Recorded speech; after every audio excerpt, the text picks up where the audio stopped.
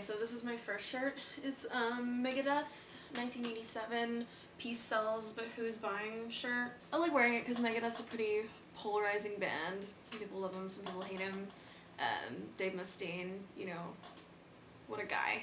And I like wearing it to the office when I want to scare people. This is another crowd favorite, my Pantera shirt, Far Beyond Driven Tour, which is from 1994, I believe. It's basically at the height of their popularity, and this was right when they're pervading the mainstream consciousness with their totally scary metal jams.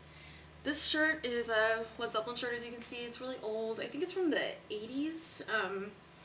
It obviously has the cover of their second album on it. Really good one. It's actually on permanent loan from my friend Annie, but I was there when she got it. We were in high school in Hawaii. I think we were probably sophomores or juniors, and we stumbled on this really sketchy vintage store, which was basically the only one of its kind in Hawaii at the time, called Urban Nomad, and in Chinatown. And this woman who was totally insane, just chain smoking Virginia Slims in our faces, you know, just sold us these shirts. I think we got this one for I don't know, $5. The back is pretty cool too. It's got a cool Zeppelin graphic on it. Okay, so this shirt is my prized possession. I got it at the same time in high school as the Led Zeppelin shirt I just was wearing. It is, as far as I know, one of a kind. There's nothing on the back. It just says Black Sabbath, and there is a virgin sacrifice going on it. As you can see, the beast himself is sacrificing a lovely young virgin and making her bleed all over the floor. There's also blood sort of spurting out of her orifice, and all these sinister looking hooded figures are looking on in sheer delightment. It's really old. It has to be from the early 70s at least. It's just ancient and like threadbare, but I got this for maybe $10, if that, and I was really stupid at the time. I was in high school, like 15, being a total girl. It used to be this awesome, huge, like, muscle tee. Like, the collar was like this, but I cut it into a boat neck and made it small. Sewing disaster, I don't know. But anyway, it usually hangs in our metal shrine in our living room. You're probably wondering why I have a totally stupid Ted Nugent shirt on. It's actually not even a cool Ted Nugent shirt. It's just kind of like him with a hot woman on it.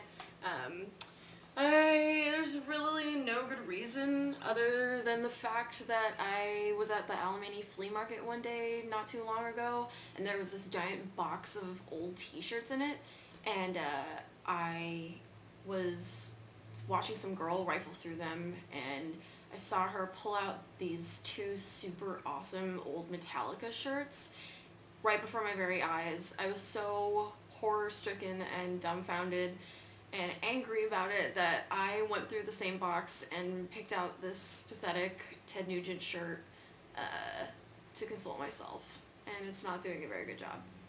This is my Willie Nelson shirt. It's full of holes and was obviously owned by some super awesome, like, Willie groupie who wore long braids and smoked a lot of weed and probably had really saggy boobs. And I don't know, it's pretty self-explanatory. It's really freaking old. It says Willie right there. I got this shirt a couple years ago. It's a pretty lame Guns N' Roses shirt, especially considering what a huge fan of theirs I used to be. I totally also ruined it by cutting it, but it's in this video as sort of an homage to this amazing Guns N' Roses shirt I have in Hawaii at home that is just this huge old t-shirt with graphic about this big, these two guns crossed like this, kind of the classic GNR emblem with roses and thorns and, you know, blood and stuff dripping off of them. But, so yeah, let's just pretend that I'm actually wearing that shirt instead of this one.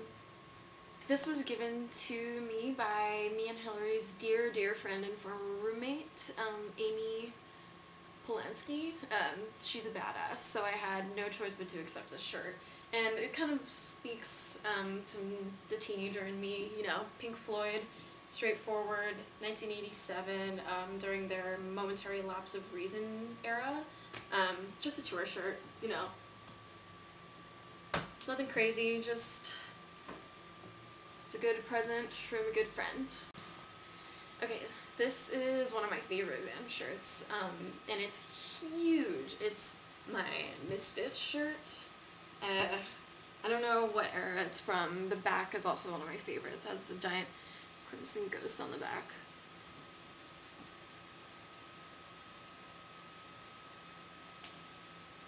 With a skull frame, of course. It's kind of like a dress on me, so I don't wear it as often as I should, but whenever I feel like kicking ass and being really mean to people, I kind of just like don't wash my hair and wear the shirt and scowl a lot and say really mean things. This is a good follow-up to my Misfits shirt. I'm kind of a maybe not so secret Danzig super fan. I really love a lot of his solo stuff, and I have this Danzig long sleeve shirt. I got it. It's pretty awesome. The design is just like amazing, and I kind of love to watch people's reactions on the bus, especially to it, because it's very demonic.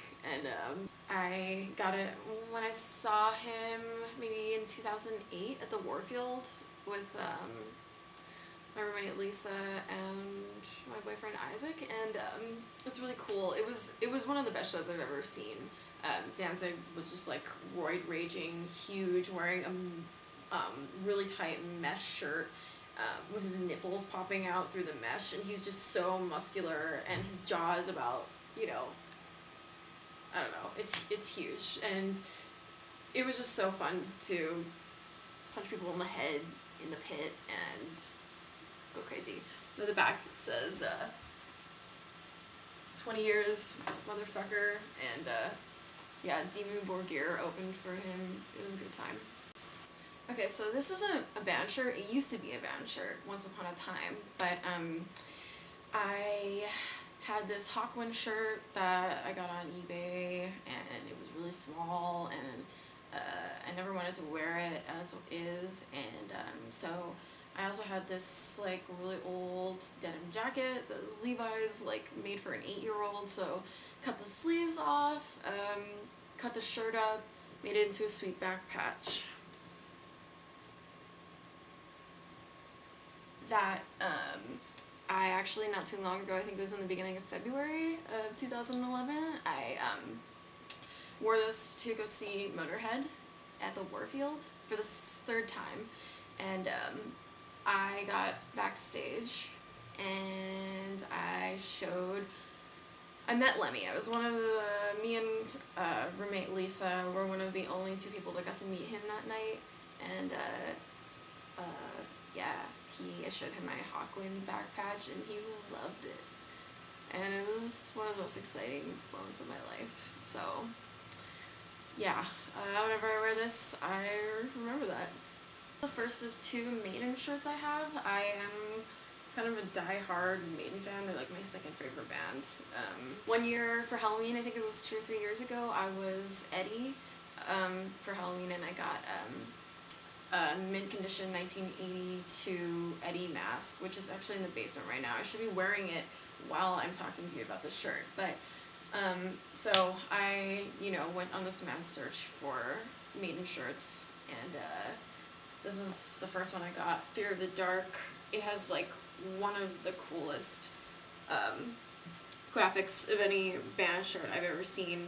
It's full of holes, and I think it's from 1992, so I have no idea why it looks this ratty and gross, but it's just an overall badass t-shirt that I love, and yeah, Maiden has, everyone knows Maiden has like the best graphics of any band ever. So you might have noticed up until now, like every one of my band shirts is black. I know it's really boring, especially next to Hillary's video, which is full of colors and cool bands, and all my bands are just like, I don't know, ridiculous dude metal rock bands.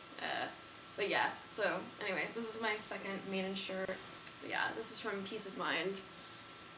Pretty much one of their best albums, 1982, 1983. It's just got a lot of side boob action. The back is pretty awesome. It has like a brain in a bowl, ready to be feasted upon. So yeah, I think it's appropriate that I had two Maiden shirts because I fucking love them.